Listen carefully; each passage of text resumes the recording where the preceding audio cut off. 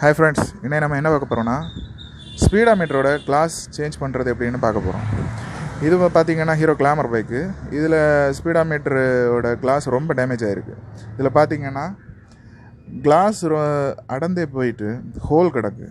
இப்படி இருக்கும்போது என்ன ஆகும்னா இதுக்கு உள்ளாடி தண்ணி இறங்கி இந்த ஸ்பீடாமீட்டர் பின்னாடி இருக்கக்கூடிய இந்த எல்இடி பல்புகளை டேமேஜ் பண்ண வாய்ப்பு இருக்குது. இதில் ஷார்ட் ஆச்சுன்னா நம்ம பைக்கோட ஃபியூஸ் போகவும் வாய்ப்பு இருக்குது. ஸோ இதை கண்டிப்பாக மாற்றணும். சில பைக்கில் பார்த்திங்கன்னா இந்த அளவுக்கு ஹோல் இல்லைனாலும் சின்னதாக கிராக் ஆகிருக்கும். இதோட கேப் வழியாக தண்ணி உள்ளாடி இறங்கிடும். அதோட ப்ராப்ளம் எப்போன்னு தெரியும்னா டே டைமில் ஓட்டும்போது இந்த தண்ணி ஆவியாகி இது ஃபுல்லாக பனி மாதிரி படர்ந்துருக்கும். அப்போ நமக்கு ஸ்பீடாமீட்டரை நமக்கு பார்க்கவே முடியாது.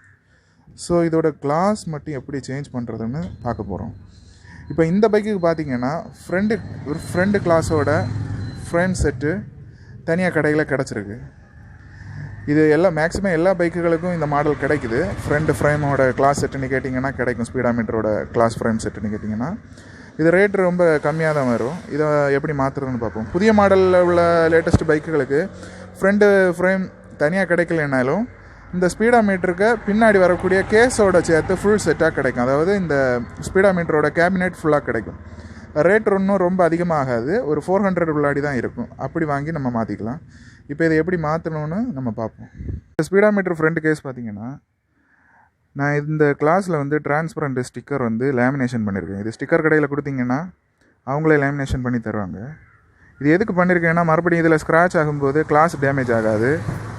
இல்லை இதில் பலமாக அடிபட்டால் கூட நமக்கு இந்த கிளாஸ் ஃபுல்லாக டேமேஜ் ஆகிறதுக்கு வாய்ப்பு கிடையாது.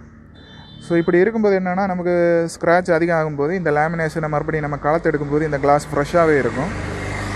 ஸோ இது அடுத்தும் கிளாஸ் ஒரு வாட்டி சேஞ்ச் பண்ணுறதை நம்ம தவிர்க்கலாம். அதுக்கு நம்ம இந்த லேமினேஷன் பண்ணுறது நல்லது. நீங்கள் இப்போ புதுசாக மாற்றுறதா இருந்தீங்கன்னா இந்த மாதிரி லேமினேஷன் பண்ணி மாட்டுங்க. இதுக்கும் ப்ரைஸ் அதிகமாகாது. இது ஒரு 30 rupees தான் ஆச்சு இந்த ஃபுல்லாக லேமினேஷன் பண்ணுறதுக்கு. டிரான்ஸ்பரண்ட்லேயோ இல்லை உங்களுக்கு பிடிச்ச டிரான்ஸ்பரண்ட் டிசைன் கலரில் நீங்கள் லேமினேஷன் பண்ணிக்கோங்க. ஸ்பீடாமீட்டர் கிளாஸை சேஞ்ச் பண்ணுற முன்னாடி நம்ம ஹெட்லைட்டோட இந்த ஷீல்டை நம்ம ஃபுல்லாக ரிமூவ் பண்ணிக்கணும். அதுக்கு ஒரு 5 போல்ட் நட் நம்ம ரிமூவ் பண்ண வேண்டியிருக்கும். அதில் இன்னும் ஒன்று இருக்குது, இங்கே ஒரு ஸ்க்ரூ டைப் இருக்குது. இதே மாதிரியே இந்த சைடும் இருக்கும். அப்புறம் ஃப்ரண்டில் நம்ம ஹெட்லைட்டோட அடியில் பார்த்திங்கன்னா இங்கே ஒரு போல்ட் நட் இருக்குது. இந்த போல்ட் நட்டையும் நம்ம கலத்த வேண்டியிருக்கும். இதை கலத்தும் போது கவனமாக கலத்தணும். ஏன்னா இந்த ஷீல்டை எடுக்கும்போது இந்த ஹெட்லைட் பல்பு பார்த்திங்கன்னா உள்ளாடி ப்ளக் பண்ணி வச்சுருப்பாங்க. அந்த ஒயர் அந்த ப்ளக்லேருந்து அந்த ஒயர் ஜாயிண்ட் ஆகிருக்கும். அது இழுபட்டுன்னா ஒயரிங் டேமேஜ் ஆகிரும், லூஸ் கனெக்ஷன் ஏதாவது ஆயிரும். ஸோ ரொம்ப மெதுவாக இந்த ஷீல்டை கலத்தணும்.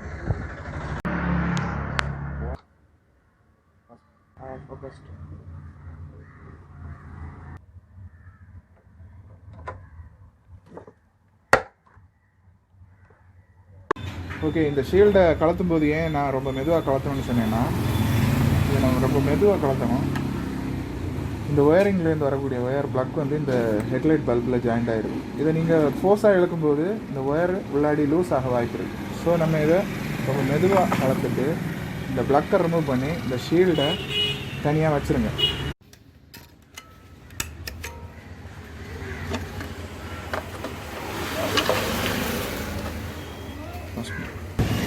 இதில் பார்த்திங்கன்னா இந்த 3 போல்ட் நட்டை கலத்தணும். அப்போ தான் இந்த ஸ்பீடாமீட்டரை நம்ம கலத்த முடியும்.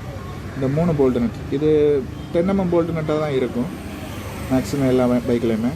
இந்த 3 போல்ட் நட், இன்னும் ஒன்று பார்த்திங்கன்னா இதுக்கு உள்ளாடி இருக்குது. இன்னும் ஒன்று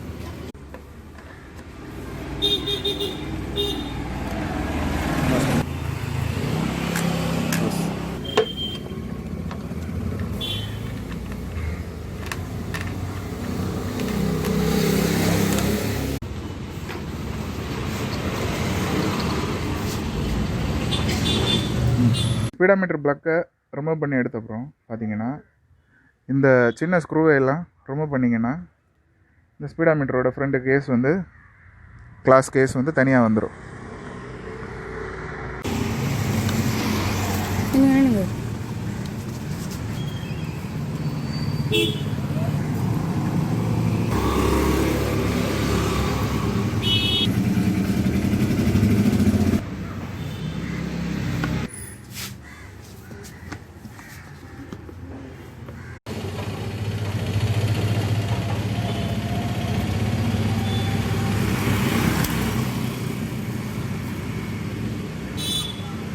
பழைய கிளாஸ் செட் ஃப்ரேம் எடுக்கிறோம். எடுத்துகிட்டு புதிய ஃப்ரேமை வச்சுட்டு பின்னாடி ஸ்க்ரூ பண்ணிவிட்டு பழையபடி இருந்த மாதிரியே நம்ம மாற்ற வேண்டியதான். அவ்வளோதான் ஃப்ரெண்ட்ஸ். இப்போ நான் இதோட கிளாஸ் ஃப்ரேம் செட் ஃபுல்லாக மாற்றிட்டேன். இனி இந்த கிளாஸ் எனக்கு டேமேஜ் ஆச்சுன்னா, இது ஸ்க்ராட்ச் ஆச்சுன்னா நான் இந்த லேமினேஷன் கவரை உரிச்சு எடுத்துருவேன். எடுத்தப்புறம் மறுபடியும் கிளாஸ் ஃப்ரெஷ்ஷாக இருக்கும். இந்த ஃப்ரண்ட் கிளாஸ் ஃப்ரேம் மட்டும் பார்த்தீங்கன்னா ஜஸ்ட் ஒரு 150 ரூபா தான் ஆச்சு. இதோட பின்னாடி உள்ள கேஸையும் சேர்த்து ஃபுல் கேபினெட்டாக வாங்கணும்னா ஒரு 400 உள்ளாடி வரும். ஓகே ஃப்ரெண்ட்ஸ், இந்த வீடியோ பிடிச்சிருந்தோன்னா லைக் பண்ணுங்கள், ஷேர் பண்ணுங்கள், கமெண்ட் பண்ணுங்கள். நம்ம சேனலை மறக்காமல் சப்ஸ்கிரைப் பண்ணுங்கள்.